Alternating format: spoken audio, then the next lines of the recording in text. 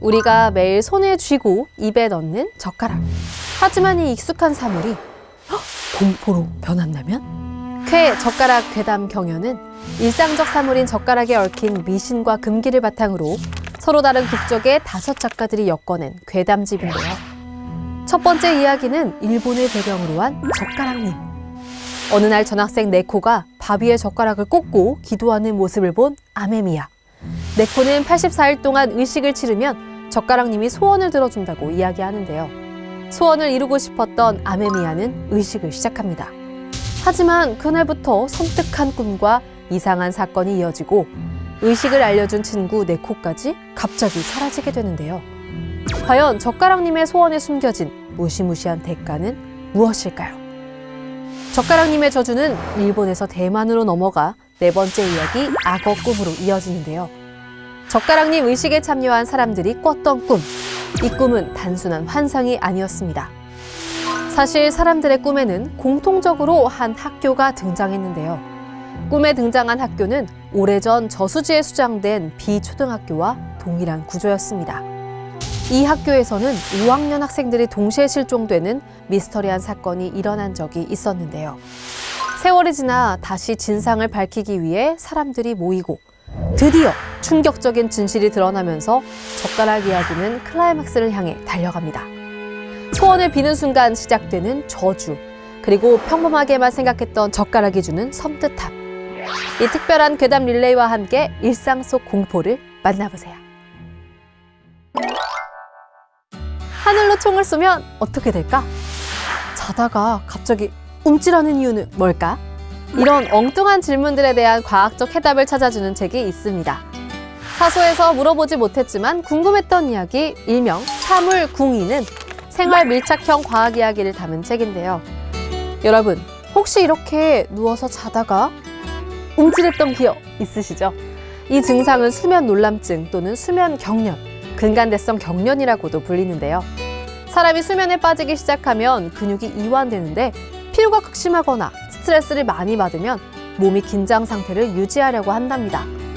긴장 상태가 잠들기 전까지 지속되면 근육 이완이 제대로 되지 않게 되고 깜짝 놀라 깨게 되는데 이게 바로 수면 놀람증인 거죠.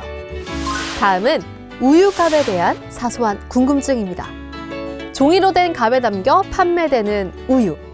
그런데 이 우유값을 살펴보면 여는 방향이 정해져 있습니다.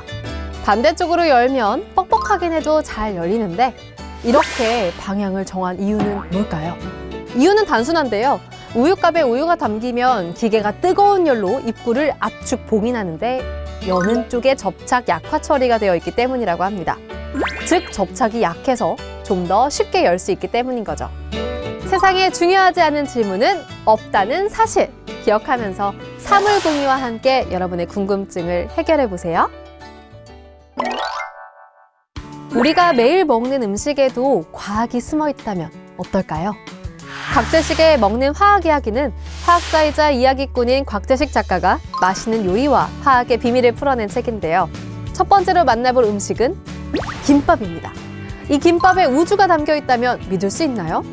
김밥의 핵심 재료인 김에는 비타민 B12 성분이 들어있는데요. 비타민 B12를 만드는 데는 철보다 무거운 원자인 코발트가 필요하다고 합니다. 그런데 코발트 같은 철보다 무거운 원자는 오직 중성자별의 충돌 같은 특별한 이벤트가 있을 때만 탄생할 수 있다는데요. 그렇게 먼 우주에서 시작된 코발트가 수많은 시간을 거쳐 우리의 김밥 속 김이 되었다니 한 입 베어 물 때마다 중성자별의 조각을 맛본다고 볼 수도 있는 거죠. 다음으로 만나볼 음식은 야식 대표 주자인 라면입니다. 여러분은 라면을 끓일 때 찬물에 면과 수프를 바로 넣으시나요? 아니면 물이 끓고 난 후에 넣으시나요? 라면 회사들은 공통적으로 끓고 난 후에 넣는 것을 추천합니다. 물이 끓어서 액체에서 기체로 변하는 것과 같이 상이 바뀌는 현상을 상변화라고 부르는데요. 이 상변화가 일어날 때는 온도가 항상 일정하게 유지됩니다. 그래서 물이 다 끓은 뒤에 스프와 면을 넣고 라면을 끓이면 항상 100도를 유지해서 면발을 일정하게 익힐 수 있다고 하는데요. 쉽고 유머러스하지만 그 속에 담긴 깊이 있는 과학 이야기. 곽재식의 먹는 화학 이야기를 만난다면 오늘 식탁이 조금 더 특별해지지 않을까요? 국회도서관과 함께하는 화제의 책. 첫 번째로 소개할 책은 내 안에 기후 괴물이 산다인데요. 책은 우리 뇌부터 몸, 마음에 걸쳐 기후변화가 어떻게 치명적인 문제를 일으키는지 신경과학, 데이터과학, 인지심리학을 동원해 설명하며 소리 없이 찾아와 인간을 수족처럼 부리는 기후 괴물의 모습을 낱낱이 드러냈습니다. 다음으로 소개할 책은 휴식은 저항이다인데요. 착취 속에서 살아온 저자가 쇠뇌에서 벗어나 휴식을 통해 자신의 삶을 구하려는 시도에서 알게 된 점을 정리한 책은 하루에 단 1초만이라도 의식적으로 쉬어야 한다고 주장하며 휴식이야말로 자본주의에 대항하는 수단임을 말하고자 했습니다. 마지막으로 소개할 책은 이 문장은 누구의 것인가인데요. 출판에서 시작된 저작권이 오늘날의 모습을 갖추게 되기까지의 역사를 다룬 책은 저작권이라는 개념이 몸집을 불려나간 과정을 생생하게 추적하며 새로운 시각에서 바라보고자 했습니다.